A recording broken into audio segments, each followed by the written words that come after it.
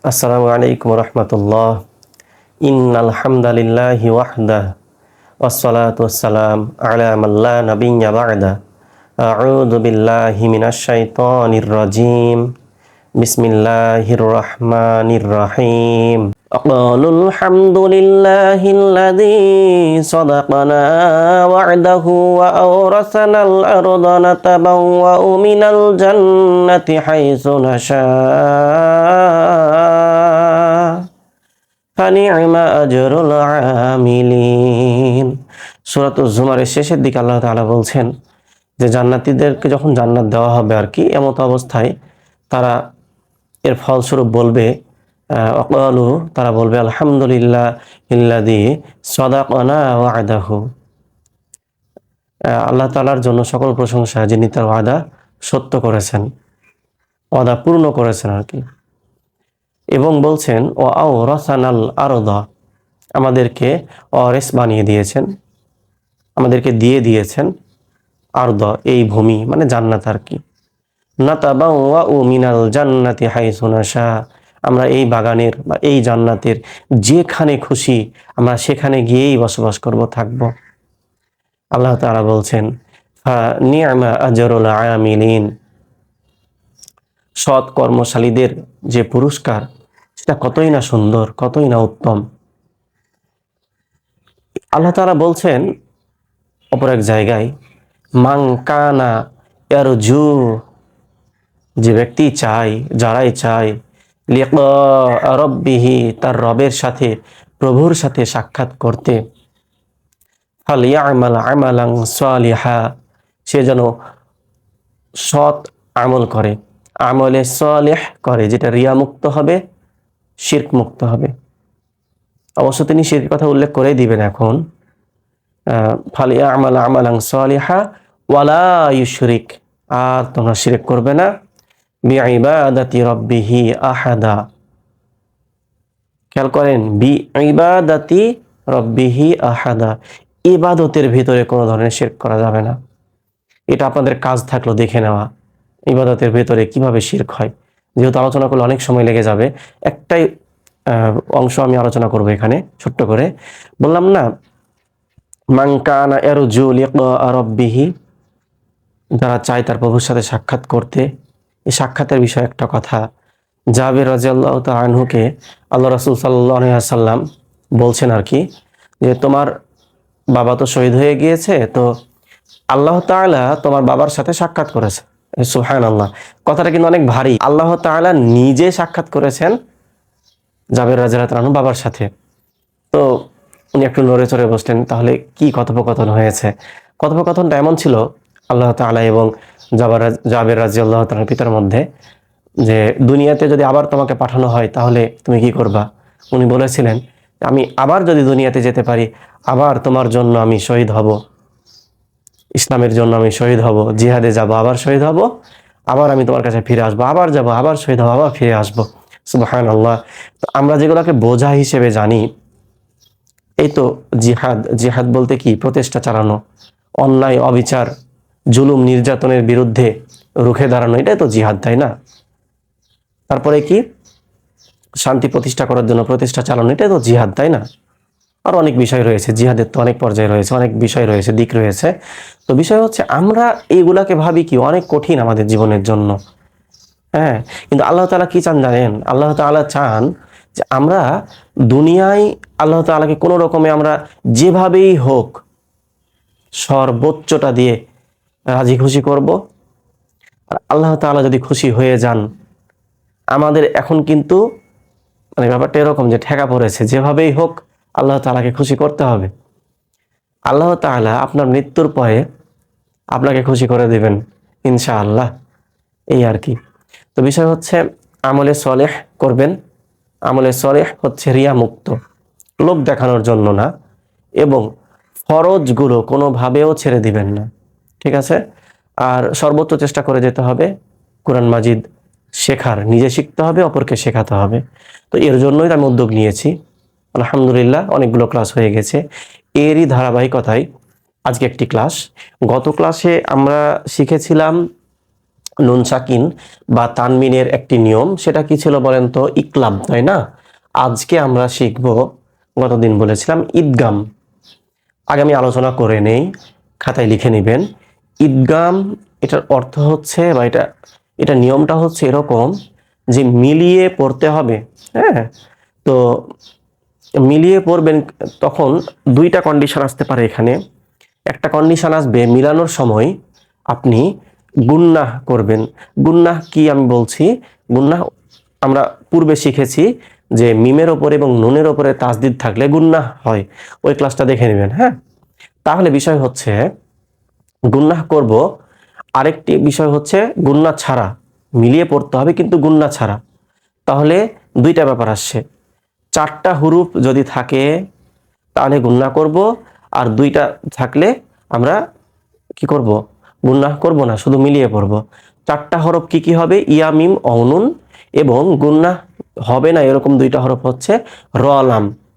তাহলে নুন সাকিন বা তানবিন এর পরে যদি ইয়া, মিম, ওয়াও, নুন থাকে তাহলে আমরা মিলিয়ে পড়ব, এর সাথে গুন্নাহ করব। ঠিক আছে? আর যদি আমরা দেখি ইয়া, মিম, অনুন নাই, রয়েছে র অথবা লাম, নুন সাকিন বা তানবিনের পরে, মিলিয়ে পড়ব, তবে আমরা গুন্নাহ করব না। ঠিক আছে? তাহলে এই হচ্ছে আজকের নিয়ম। মেইনলি আমরা এগুলাই দেখবো আজকে। তাহলে ইয়া, মিম, অনুন থাকলে গুন্নাহ করতে হবে, আর র, লাম থাকলে গুন্নাহ করতে হবে না। ঠিক আছে? চলুন দেখি আজকের পড়া। প্রথমত দেখেন, আমি এখানে যেটা দিয়েছি নুন সাকিন, এরপরে নুন দিয়েছি, তাই না? আমি বললাম ইয়া, মিম, অও, নুন, যেমন একটা কিছু থাকবে। তাহলে এটা হবে ঈদগাম, এবং এটা ঈদগাম গুন্নাহ করে পড়তে হবে। ঠিক আছে? এটা গুন্নাহ করতে হবে। জাস্ট এটা মনে রাখবেন, এই যে প্রথম দুইটা লাইন আমি গুন্নাহ গুলা দিয়েছি, আর লাস্ট লাইনটা গুন্নাহ ছাড়া দিয়েছি। আমি আর এখানে মার্ক করব না বা লিখবো না যে কোনটা গুন্নাহ হবে, শুধু মাথায় রাখবেন নুন রয়েছে নুন সাকিনের পরে, এজন্য আমরা কি করব? মিলিয়ে পড়ব, যেটা ঈদগামের নিয়ম, এবং এর সাথে আমরা গুন্নাহ করব। তাহলে মিম নুন জের মিম ছিল, এটা শুধু মিন হওয়ার কথা ছিল, কিন্তু আমরা কি করব? গুন্নাহ করব। তাহলে মিম নুন, নুন জের মিন, তার মানে মেইনলি আমরা এই নুনকে ধরছি, তাই না? আর এখানে কি রয়েছে? তাসদিদ রয়েছে, আর এর আগেও তো আমরা পড়েছি নুন অথবা মিমের ওপরে তাসদিদ থাকলে গুন্নাহ করতে হবে। ঠিক আছে? ওইটা দিয়েও তো আপনি বুঝতে পারবেন। যাই হোক, মিন নুন আইন জের নি, মিম জবর মা, তা দুই জের তিন, কি হচ্ছে বলেন তো? মিন নি'মাতিন, মিন নি'মাতিন। আর যদি আমরা এখানে থেমে যাই, গোলতা আমি এবার দিয়ে তিনবার আলোচনা করলাম, গোলতা থামার অবস্থায় হা হয়ে যায়। তাহলে দুই জবর দুই যে দুই পেশ থাকলে সেটা কি হয়? জজম হয়ে যায়, বা হরকত বা তানমিন যাই থাক, যদি না মাদ্দের বিষয়টা আসে বা টানের বিষয়টা আসে, সেটা আমি শিখিয়ে দিয়েছি, দেখে নেবেন ক্লাসটা। যাই হোক, মিম হা জবর, তাহলে কি ধরবো আমরা? মাহ। কেন হা বলছি? থামার অবস্থায় গোলতা হা হয়ে যায়। ঠিক আছে? তাহলে পড়া কি হচ্ছে বলেন তো? মিন নি'মাহ, মিলিয়ে পড়লে মিন নি'মাতিন। ঠিক আছে? আরেকটা বিষয় খেয়াল করেছেন কি? তাদের যে তিন রয়েছে, এরপরে দেখেন ঈদগামের হরফ মিম রয়েছে, যেটা গুন্না করে পড়ছি। তাহলে মিলিয়ে পড়লে আবার কি হতো? তিম, তাই না? ধারণা দিয়ে রাখলাম আর কি, এটা নিয়ে চিন্তা করতে পারেন আর কি। খেয়াল করেন, মিম নুন যেমন মান ছিল, তবে আমরা এখানে পেয়েছি নুন সাকিন বা তানমিনের পরে ইয়া, ইয়া। তো ইয়া এটা কি? ঈদগামের হরফ না? তা বা ঈদগামে বা গুন্না বা গুন্না করে যেটা পড়ছি আমরা, সেটার হরফ। তাহলে আমরা কি করবো? এখানে গুন্না করব। মিম নুন ইয়া জবর মাই। গুন্না বলতে কি বোঝাচ্ছি? যেখানে আমি ধরছি, ধরে পড়ছি, ওই জায়গাতে একটু টান দিচ্ছি। মাই ছিল, তাই না? মাই। তারপরে দেখেন ইয়া, খ জবর ইয়াখ, মাই ইয়াখ, শিন খর জবর শা। ইয়া ফাঁকা রয়েছে, চিন্তা করার কারণ নাই, বাদ দিয়ে দেন। মাই ইয়াখশা, মাই, এখানে গুন্না হচ্ছে। ঠিক আছে? হামজা নুন জবর আন ছিল, তবে এখানে আবার দেখেন এই তো ইয়া, মিম অ নুন, এর মধ্যে ইয়া চলে এসছে, তাই আমরা আই, হামজা নুন ইয়া জবর আই পড়বো। ইয়া জবর ইয়া, শিন আলিফ জবর শা, চার আলিফ টান দিচ্ছি কেন বলেন তো? এরপরে হামজা রয়েছে তাই। ঠিক আছে, এখানে একটা বিষয় চলেই আসে, সেটা কি জানেন? এই যে চার আলিফ টান দিলাম না, দেওয়ার পরে হামজা উচ্চারণটা আসে না, যদি থেমে যায় এখানে এসে হামজা উচ্চারণ যেটা, এটা না করলেও হবে, কারণ হামজার জন্যই তো আপনি চার আলিফ পরিমাণ টান দিচ্ছেন, তাই না? থেমে গেলে আর কি, নাহলে তো মিলিয়ে পড়লে উচ্চারণ হবে লাস্টে। তাহলে কি পড়বো আমরা বলেন তো? আইয়াশা, ঠিক আছে, খেয়াল করেন, আই, এখানে গুন্নাহ করছি আমরা, ঠিক আছে। তারপরে দেখেন হামজাজের ই, লাম খর জবর লা, উচ্চারণ কি হবে তাহলে বলেন তো?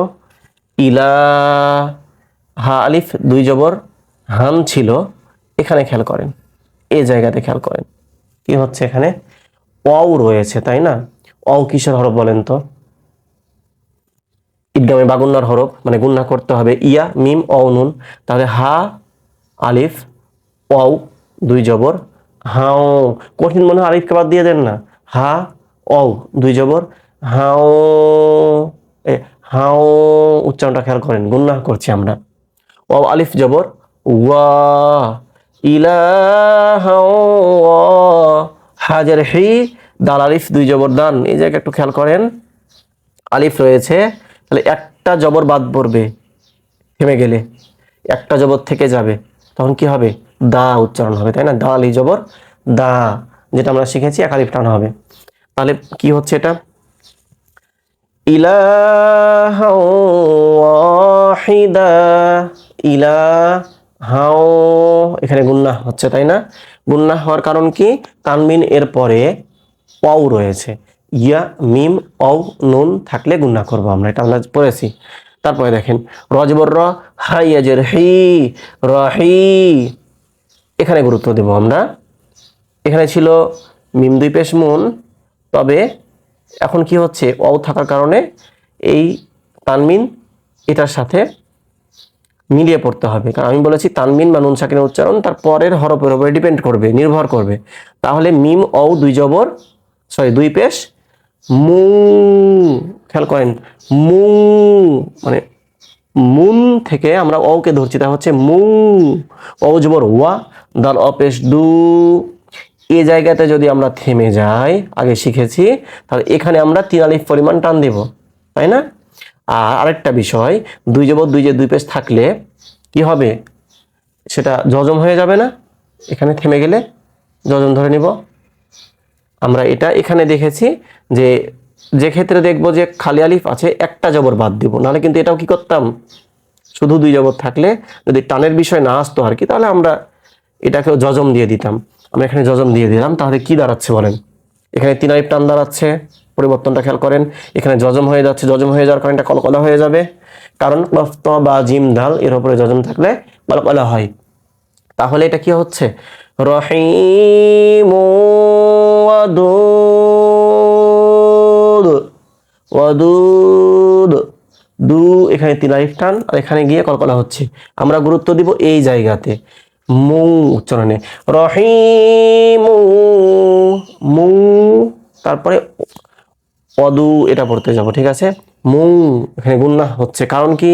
তানমিন এর পরে ওয়াও রয়েছে, ইয়া মিম ওয়াও নুন কোনো একটা থাকলে আমরা গুন্নাহ করব, মিলিয়ে পড়বো, সাথে গুন্নাহ করব। খেয়াল করেন তো এটা পারি কিনা? হামজা নুন জবর আন ছিল, তবে ইয়া এটা থাকার কারণে কি হয়ে যাবে? হামজা নুন ইয়া জবর আই, আই, আই শুধু না, আই, এই যে গুন্নাহ হচ্ছে, ইয়া সিন জবর ইয়াস, পাঁচ বত্তা অফ ইয়াজের ই, খেয়াল করেন এখানে তিন আলিফ টান দিব কেন বলেন তো? আমরা এখানে থেমে যাব তাই। আর মিমের উপরে কি ধরে নিব? জজম ধরে নিব, ঠিক আছে? তার উচ্চারণটা কি হবে বলেন তো? আইয়াস্তাকিম, আইয়াস্তাকিম, আই, এখানে গুরুত্ব দিব আমরা যে নুন সাকিনের পরে কি রয়েছে? ইদগামের হরফ ইয়া রয়েছে, তবে ইয়া মিম অনুন থাকলে যেহেতু গুন্নাহ করতে হয়, ইয়া রয়েছে তাই আমরা গুন্নাহ করছি, ঠিক আছে? তারপর এটা দেখেন, এখন আমরা যেটা পড়ব সেটা হবে গুন্নাহ ছাড়া। খেয়াল করেন, এটা হচ্ছে নুন সাকিন, এরপরে রয়েছে র। মনে রাখবেন র এবং লাম এই দুইটার বেলায় আমরা গুন্নাহ করব না। র এবং লাম এই দুইটার বেলায় গুন্নাহ করব না, শুধু মিলিয়ে পড়ব। তাহলে এটা খেয়াল করেন, এখানে কি ছিল? মিম নুন জের মিন ছিল, তবে আমরা এই যে র, এই র, র এর উপরে তাসদিদ রয়েছে, মিম নুন রজের মির। এখন খেয়াল করেন র বা জবর, আবার দেখেন তাসদিদ রয়েছে, মানে ব্যাপারটা এরকম, খুব ক্লিয়ারলি বুঝে নেন বিষয়টা। কিন্তু র এর উপরে তাসদিদ রয়েছে, তাই এইটার সাথে এইটা মিলিয়ে পড়লাম। তাসদিদ এর কাজ শেষ, কেন? মিম নুন রজের মির তাসদিদ শেষ হয়ে গেছে, তাহলে এখন শুধু কি থাকছে? র এর উপরে জবর থাকছে। র বায়ের উপরে দেখেন তাসদিদ রয়েছে, বায়ের নিচে আমি জের দিয়েছি, তাহলে বায়ের উপরে তাসদিদ থাকার কারণে র এর সাথে বা উচ্চারণটা ধরবো। র বা জবর রব, ঠিক আছে? এবার দেখেন তাসদিদেরও কাজ শেষ, বাজের বি, রব্বি, কাপ মিম পেশ কুম, মির রব্বিকুম। খেয়াল করেন মিম নুন র, নুনকে বাদ দিয়ে দেন না, নুনকে মাধ্যম হিসেবে ধরে রকেই ধরেন আপনি তাসদিদ থাকার কারণে। মিম রজের মির, গুন্না করব কি না করব না? র এবং লামের বেলায় গুন্না করতে হবে না, এমন না যে মির পড়বো, একবারে ভুল হয়ে যাবে, হাস্যকর মনে হবে। মিম নুন রজের মির। এবার খেয়াল করেন তাসদিদ শেষ, কাজ এটা শেষ। এবার র বা জবর রব, এবারও তাসদিদ শেষ, বাজের বি, রব্বি, কাপ মিম পেশ কুম, মির রব্বিকুম। দেখে নেবেন এটা আবার রিপিট করে। আবার দেখেন মিম নুন, এই যে নুন না, নুনের পরে দেখেন নুন সাকিনের পরে কি রয়েছে? এই যে তাসদিদ। আর র হচ্ছে ঈদগামের হরফ, তবে এটা গুন্না ছাড়া পড়তে হবে। মিম নুন রজের মির, তাসদিদের কাজ শেষ, রজবর র, মির র, হা ইয়াজের হি, কয় আলিফ টান দিব? এক আলিফ, তবে থেমে যাওয়ার কারণে এখানে যেহেতু থেমে যাব, এই যে আয়াতের শেষ অংশ, এখানে জজম দিয়ে দিব। জজম দেওয়ার কারণে, কফের উপরে জজম দেওয়ার কারণে এটা কলকলা হয়ে যাবে। আমরা জানি কফ ত বা জিম দাল থাকলে কি হবে? তার উপরে জজম থাকলে কলকলা। আর এখানে কয় আলিফ টান দিব বলেন তো? 3 আলিফ, থেমে যাওয়ার কারণে 1 আলিফ টান, 3 আলিফ হয়ে যায়। মির রাহিক,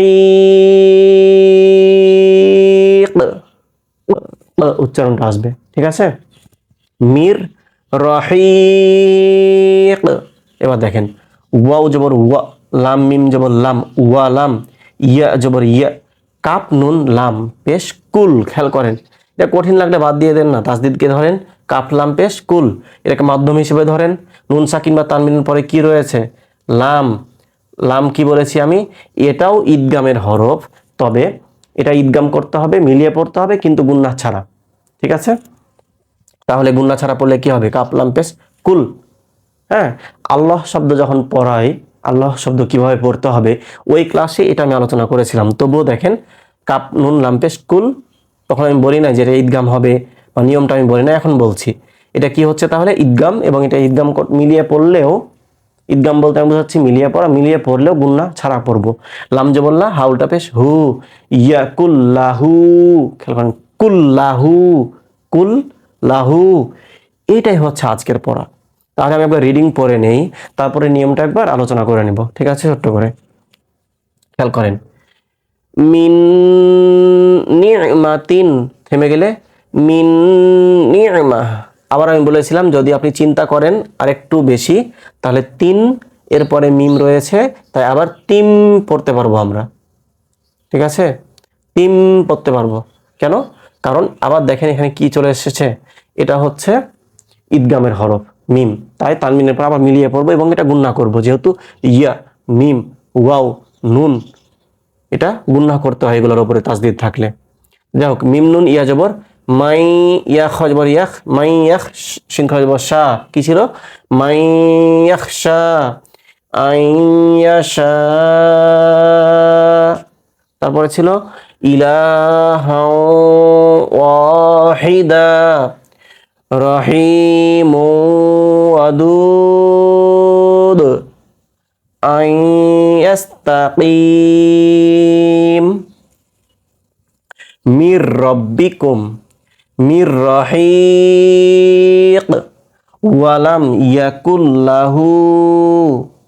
তাহলে আজকে যেটা আমরা শিখলাম ছোট্ট করে বললে এরকম দাঁড়াবে, আজকের নিয়মটা ছিল ইদগাম নুন সাকিন বা তানবিন এর পরে যদি ইয়া মিম ওয়াও নুন এবং র লাম এভাবে পড়া যায়, এটা মনে রাখবেন। ইয়ার মালুন ইয়া র মিম লাম অনুন, ইয়ার মালুন একটা ওয়ার্ড হিসেবে পড়লে দেখা যাচ্ছে ইয়ার মা লুন এর ভেতরে 6টাই রয়েছে, ঠিক আছে। এর মধ্যে ইয়া মিম অনুন এর মধ্যে যে কোনো একটা যদি আসে নুন সাকিন বা তানবিনের পরে, তাহলে আমরা মিলিয়ে পড়ার সাথে গুণনা করব, এবং যদি র অথবা লামের মধ্যে কোনো একটা আসে নুন সাকিন বা তানবিনের পরে, তাহলে আমরা গুণনা ছাড়া মিলিয়ে পড়ব, ঠিক আছে। এইটাই হচ্ছে আজকের পড়া, ঠিক আছে।